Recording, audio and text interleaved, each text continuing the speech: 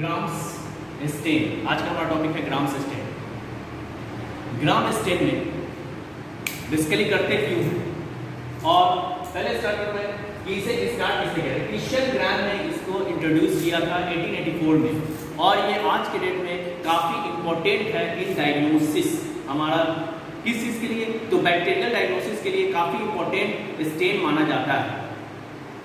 और पिछले पार्ट में पिछले वीडियो में आपने देखा होगा, हमने पढ़ा था कि प्रिपरेशन ऑफ स्मीयर यानी कि आपका माइक्रोस्कोपी एग्जामिनेशन अगर बैक्टीरिया करते हैं तो उसमें कुछ स्टेप्स होते हैं। तो पहला था प्रिपरेशन ऑफ स्मीयर जो हमने पिछले वीडियो में हमने डिस्कस किया।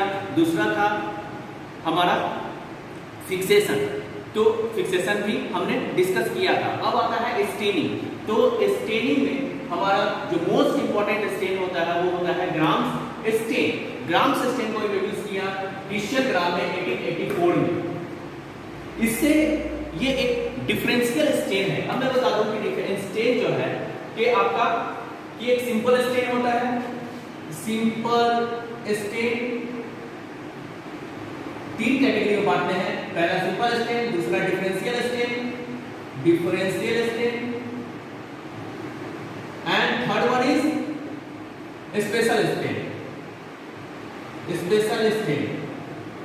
तो simple stain one step procedure होता है जिसमें वन स्टेन सिंपली बस कलर करके इंट्रोड्यूस कर देता है, बताया जाता है कि बैक्टीरिया है कि नहीं है। लेकिन डिफरेंशियल स्टेन वैसे स्टेन है, काफी इंपॉर्टेंट स्टेन माने जाते हैं, जिसका एक एग्जांपल ग्राम स्टेन और जेडन स्टेन भी आता है उसके एग्जांपल में। तो ये जो है बैक्टीरिया को कैटेगराइज करता है। तो ग्राम स्टेन जो है बैक्टीरिया को दो कैटेगरी में बांट देता है, एक ग्राम पॉजिटिव और एक ग्राम नेगेटिव। तीसरा होता है स्पेशल स्टेन। स्पेशल स्टेन एक अलग अलग यानी कि डिफरेंट बैक्टीरिया के डिफरेंट पोर्शंस के आधार पर उसको स्टेन करता है। जैसे फ्लैजेलर स्टेन होता है, हमारा कैप्सुलर स्टेन होता है, ये अलग अलग वो आगे हम लोग देखेंगे। लेकिन पहले डिफरेंशियल स्टेन की बात करते हैं, जो ग्राम स्टेन जिसका एक एग्जांपल है और काफी इंपॉर्टेंट है। इसमें है ग्राम पॉजिटिव और ग्राम नेगेटिव बैक्टीरिया में जो डिफरेंशिएट कर जाता है, जिससे डायग्नोसिस कर पाते हैं और एंटीबायोटिक्स के सिलेक्शन में काफी मदद मिलती है। तो अब बात करते हैं हम लोग प्रोसीजर के पास आते हैं। तो स्टेनिंग की बात, ग्राम स्टेनिंग की बात करेंगे तो ये 4 स्टेप में पूरा होता है। पहला प्राइमरी स्टेनिंग, दूसरा मॉडरेटिंग, तीसरा डिक्लोराइजेशन और चौथा काउंटर स्टेनिंग। ये बात रिएजेंट्स की बात करेंगे तो रिएजेंट्स हमारा क्रिस्टल वायलेट इस्तेमाल करते हैं। इसमें जेंसेन वायलेट या मिथाइल वायलेट भी इस्तेमाल कर सकते हैं। दूसरा ग्राम साइडिन इस्तेमाल करते हैं, इसके जगह पर लुगोल साइडिन भी इस्तेमाल कर सकते हैं। तीसरा एसीटोन इस्तेमाल कर सकते हैं, या फिर 95% इथेनॉल इस्तेमाल कर सकते हैं, या फिर एसीटोन अल्कोहल मिक्सचर इस्तेमाल करते हैं 1:1 के रेशियो में। चौथा हमारा सैफरानिन, और या फिर इसके जगह पर न्यूट्रल रेट या डाइल्यूटेड कार्बन फ्यूजी 1:10 के रेशियो में हम लोग इस्तेमाल कर सकते हैं। ये तो बात हुई रिएजेंट्स की। हम लोग प्रोसीजर में आते हैं और प्रोसीजर में भी हम लोग इन सबको डिस्कस करते चले जाएंगे। तो प्रोसीजर की बात जैसे ही आते हैं तो प्रोसीजर में है पहला स्टेप जो पिछले वीडियो में हमने देखा था, प्रिपरेशन ऑफ स्मीयर। तो हमने स्मीयर बना लिया इन क्लीन ग्रीस फ्री स्लाइड में। दूसरा एयर ड्राई उसको किया, एयर ड्राई कर लेंगे।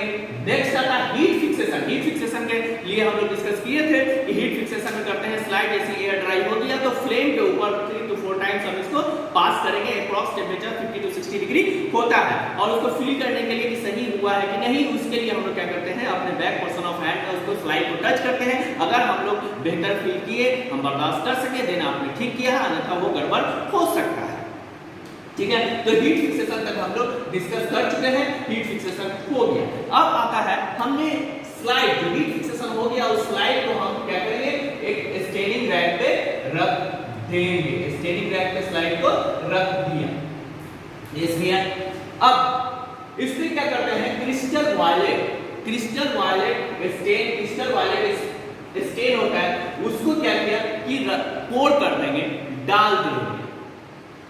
ये जो है इसके जगह पर जेंसेन वायलेट या मिथाइल वायलेट भी डाल सकते हैं। इसका काम क्या होता है, ये 1 मिनट के लिए हम लोग डालते हैं, 1 मिनट तक उसको छोड़ेंगे। इसका काम क्या है, तो ये एक प्राइमरी स्टेन के रूप में इस्तेमाल होता है। प्राइमरी स्टेन के रूप में इस्तेमाल होता है। ये जैसे ही जाएगा तो जितने भी सेल्स हैं उस स्मीयर में टोटल वायलेट कलर हो जाएगा। टोटल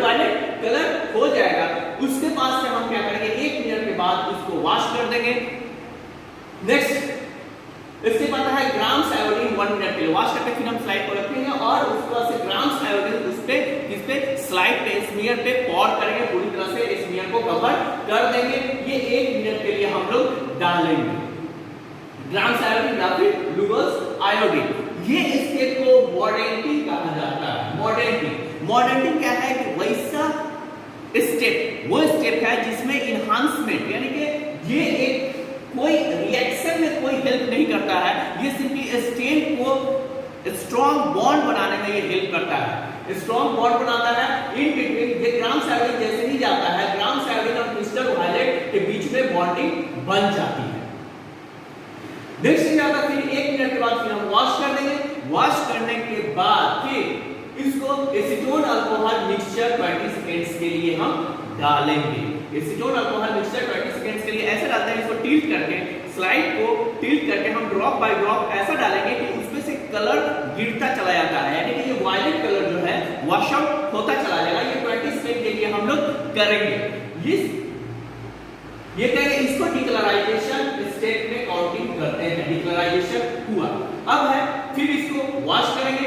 वॉश करने के बाद अब हम लोग क्या करेंगे कि सेफ्रानिन 1 मिनट के लिए डालेंगे। This is counter staining. Safranin जब हम न्यूट्रल या फिर डायरेक्ट कार्बोक्सिलेशन भी डाल सकते हैं। न्यूट्रल जनरली हम लोग यूज करते हैं मेनिंजोकोकाई के केस में, और डायरेक्ट कार्बोक्सिलेशन बेसिकली इस्तेमाल करते हैं अगर हम लोग यर्सीनिया हेमोफिलस का करना है तो उस केस में हम लोग इस्तेमाल करते हैं। तो सेफ्रानिन 1 मिनट के लिए डालेंगे। 1 मिनट के डालने के बाद उसके बाद से डायरेक्ट वॉश करेंगे और फिर हम लोग क्या करेंगे तो माइक्रोस्कोप में ऑब्जर्व करेंगे। अब बात हुई कि इतना काम तो हम लोग कर लिए, प्रिपरेशन ऑफ स्मीयर किए, एयर ड्राई किए, हीट फिक्सेशन किए, क्रिस्टल वायलेट 1 मिनट के लिए डालें, क्रिस्टल वायलेट 1 मिनट के लिए डालें, उसको वॉश किए, फिर ग्राम्स आयोडीन 1 मिनट के लिए डालें, फिर वॉश किए, एसीटोन अल्कोहल मिक्सचर 20 सेकंड्स के लिए डालें, फिर हमने वॉश किया और सेफ्रानिन 1 मिनट के डाल के फिर वॉश करके हम माइक्रोस्कोप पे एग्जामिनेशन किए। अब इतने काम जो हमने किया है, इस बीच में हमारे स्मीयर में चेंजेस क्या क्या आएगा, that is what is the mechanism और principle of this staining, mechanism और प्रिंसिपल ऑफ दिस स्टेन। तो पहला स्टेप हमने किया था, पहला स्टेप किया है कि क्रिस्टल वायलेट ऐड किया है।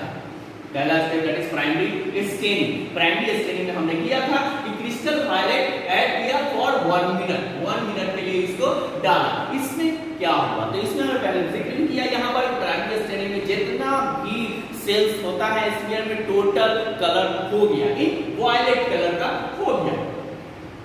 अब आयोडीन इसमें डालते हैं। आयोडीन डालने से क्या होता है, तो आयोडीन जो है एक मेश फॉर्मेशन करता है, मेश फॉर्मेशन कर देता है इन बिटवीन व्हाट, तो हमारा iodine and crystal violet that is CVI bonding ये बना लेता है। CVI crystal violet iodine complex का निर्माण ये कर देता है, ये कॉम्प्लेक्स बन जाता है। इससे अब होगा क्या, यहाँ पर कोई कलर में कोई चेंजेस नहीं आता है, लेकिन ये आपका टोटल सेल जो है वायलेट का वायलेट रहता है टोटल जितना भी स्फीयर में सेल्स है। अब मेन चेंजेस यहाँ से आता है decolourisation, this is the most important part of this staining. Decolourisation step 3, यहाँ पर CVI कॉम्प्लेक्स बन गया। अब थोड़ा सा हम लोग डिस्कस कर लेते हैं about the cell wall of gram positive and gram negative. अब ग्राम पॉजिटिव और ग्राम नेगेटिव सेल वॉल की बात हम लोग करेंगे तो उसका हम लोग देखते हैं। तो ग्राम पॉजिटिव की सेल वॉल, ग्राम पॉजिटिव की सेल वॉल अगर देखेंगे ग्राम पॉजिटिव तो इसमें क्या होता है, इधर वाले cytoplasmic membrane, then this is peptidoglycan layer, peptidoglycan layer, this is cytoplasmic membrane, this is peptidoglycan layer। इसी में हमारा टिकोइक एसिड होता है, दिस इज टिकोइक एसिड। और ये ग्राम नेगेटिव की बात करेंगे, ग्राम नेगेटिव की बात करेंगे तो ग्राम नेगेटिव में क्या होता है, this is cytoplasmic membrane Cl, then periplasmic space होता है, यानी वैकेंट स्पेस, पेरिप्लाज्मिक स्पेस। उसके बाद से थीन लेयर होता है आपका पेप्टाइडोग्लाइकन, पेप्टाइडोग्लाइकन का थिन लेयर होता है, बहुत छोटा पतला लेयर होता है पेप्टाइडोग्लाइकन का। लेकिन वहीं पर यहां देखेंगे तो ग्राम पॉजिटिव में मल्टी लेयर होता है, इट इज मल्टी लेयर। फिर इसके ऊपर हमारा आउटर मेम्ब्रेन होता है, आउटर मेम्ब्रेन जिसमें लिपिड की मात्रा होती है, लिपिड होता है। अब बात आ रही है कि अब होता क्या है, जैसे ही ये क्रिस्टल वायलेट और ग्राम्स आयोडीन अंदर जाएगा, इसके दोनों के ऊपर गिरेगा, तो होगा क्या? क्रिस्टल वायलेट जैसे ही गया, क्रिस्टल वायलेट गया, crystal violet C C C C C C पूरे में अंदर इनकॉर्पोरेट कर गया into peptidoglycan layer of gram positive bacteria, as well as यहां भी हमारा इंटर करेगा। सी अगर डाले हैं, जैसे सी क्रिस्टल वायलेट गया, यहां पर इनकॉर्पोरेट किया, सी C C like this one, सी भर गया। नेक्स्ट स्टेप हमने डाला है आई, दैट इज आयोडीन। आयोडीन जैसे ही हम लोग डालेंगे तो आयोडीन डालने से ये अंदर तक इंटर करेगा, अंदर इंटर करेगा और इसके साथ कॉम्प्लेक्स बना देगा C plus I, C plus I, C plus I, C plus I, C plus I, like this one. यहां भी C प्लस आई, C प्लस आई, C प्लस आई, C प्लस आई, लाइक ये हमारा एक बॉन्ड बन गया यहाँ पे। अब देखिए पहले क्या था, क्रिस्टल वायलेट छोटा पार्टिकल, आयोडीन छोटा पार्टिकल, लेकिन जैसे ही दोनों कंबाइन करेगा पार्टिकल बिकम्स लार्ज। अब यहां पे अब आते हैं, क्या होता है डिक्लराइजेशन। डिक्लराइजेशन में हम लोग क्या किए कि डिक्लराइजेशन में एसीटोन या फिर इथेनॉल या फिर एसीटोन अल्कोहल मिक्सचर डालें, एसीटोन या फिर इथेनॉल या फिर एसीटोन अल्कोहल मिक्सचर डालेंगे। मैं बता दूं तीनों में अंतर क्या करेंगे, तो पहले इसको बात को डिस्कस कर लेता हूं, उसके बाद फिर बता दूं तीनों में कैसे अंतर करेंगे, तीनों क्या क्या कब इस्तेमाल करेंगे। तो जैसे ही कोई भी डिक्लोराइजर डालेंगे या एसीटोन या फिर एथेनॉल या फिर एसीटोन अल्कोहल मिक्सचर, तो अल्कोहल का काम ये होता है कि लिपिड कंस्टिट्यूएंट्स को लूज करता है, लिपिड कंस्टिट्यूएंट्स को लूज कर देता है और पेप्टाइडोग्लाइकन को श्रिंक करता है, पोर्स को श्रिंक कर देता है। अब देखिए यहां पर दोनों को फ्लड करेंगे, दोनों पर क्या किया, ये हमारा एसीटोन अल्कोहल मिक्सचर गया, एसीटोन अल्कोहल मिक्सचर गया। इससे होगा क्या, तो जैसे इसमें लिपिड कंस्टिट्यूएंट्स है, ग्राम नेगेटिव में लिपिड कंस्टिट्यूएंट्स मौजूद है, लिपिड मौजूद है, ये लूज होगा और लूज जैसे ही होगा सिर्फ ये हमारा लेयर जैसे ही, दिस इज द लेयर, ये लेयर जैसे ही लूज होगा हमारा क्या होगा, C और I कॉम्प्लेक्स बाहर, C और I complex escape out, C और I कॉम्प्लेक्स एस्केप आउट। ये हमारा जो C और I कॉम्प्लेक्स बना था, जो इसको ब्लू किए मतलब वायलेट कलर दिया हुआ था, ये बाहर निकल जाएगा। बाहर निकल जाने के बाद कलर जैसे ही निकलेगा इट बिकम्स कलरलेस। अब वहीं पर हमारा ग्राम पॉजिटिव बैक्टीरिया की बात करेंगे, तो ग्राम पॉजिटिव बैक्टीरिया में होगा कि C और प्लस I कॉम्प्लेक्स जो है ये पहली बात तो अल्कोहल या फिर एसीटोन अल्कोहल मिक्सचर जैसे ही इस पर गिरेगा, इसका कोर्स जो है श्रिंक करने लगेगा, श्रिंक करेगा तो क्या होगा कि ये बाहर एस्केप आउट नहीं हो पाएगा, बाहर नहीं निकल पाएगा, नॉट हैपन। तो होगा क्या कि अब होगा कि ये हमारा कलर जो है मेंटेन रह जाएगा, ब्लू कलर का ब्लू कलर, वायलेट कलर का वायलेट कलर यहाँ पर मेंटेन रह जाएगा, कलर आउट नहीं होगा। वहीं पर यहाँ चूंकि पेप्टाइडोग्लाइकन बहुत पतला लेयर है, आराम से कलर बाहर निकल जाएगा, तो ये कलरलेस होगा और यहाँ पर हमारा वायलेट कलर मेंटेन्स। अगर ग्राम पॉजिटिव बैक्टीरिया है तो वायलेट कलर मेंटेन रहेगा, अगर ग्राम नेगेटिव है वायलेट कलर बाहर निकल जाएगा। ये यहाँ पे हमारे डिक्लराइजेशन से हो गया। अब बात हम लोग कर रहे थे, बात किए थे कि एसीटोन कब इस्तेमाल करें, इथेनॉल कब इस्तेमाल करें, एसीटोन अल्कोहल मिक्सचर कब इस्तेमाल करेंगे। एसीटोन का पेनिट्रेशन पावर काफी ज्यादा होता है, काफी ज्यादा होता है। एसीटोन अगर हम डाल रहे हैं तो विद इन सेकेंड्स, कहा जाता है कि 2 to 3 सेकेंड्स, 2 से 3 सेकंड में इसको वॉश आउट कर लेना है, 2 से 3 सेकंड में इसको हटा लेना है। अगर नहीं हटा पाए 2 से 3 सेकंड में, तो हो सकता है कि हमारा ग्राम पॉजिटिव को भी वो सेल वॉल को डिस्ट्रॉय कर दे और ये कलर आउट हो जाए। तो इसलिए ये काफी तेज करना होगा। इस एसीटोन का इस्तेमाल इस्तेमाल हम तभी करेंगे जब सिंगल 1-2 स्लाइड है, ताकि हम रैपिडली हाथ में लेकर के इसको प्रोसेस को कर सकें, तभी एसीटोन का इस्तेमाल करेंगे। दूसरी तरफ अगर इथेनॉल का इस्तेमाल कर रहे हैं, 95% इथेनॉल का इस्तेमाल अगर हम करते हैं तो 95% को 2 to 3 मिनट्स या फिर 1 to 2 मिनट्स लग जाते हैं। इसको पेनिट्रेशन पावर बहुत स्लो है, ये बहुत स्लोली वर्क करता है, इसको 1 से 2 मिनट में लग जाएगा। इसको क्या करने में, इसको लिपिड क्रिस्टल्स को लूज करने में और कलर को हटाने में 1 से 2 मिनट लग जाते हैं। तो अगर हम ज्यादा स्लाइड स्टेन करते हैं तो प्रेफर करेंगे कि 95% इथेनॉल ही, ताकि हम डाल दें और डाल करके उसको छोड़ सकें 1 से 2 मिनट के लिए, हमारे पास टाइमिंग रह सके।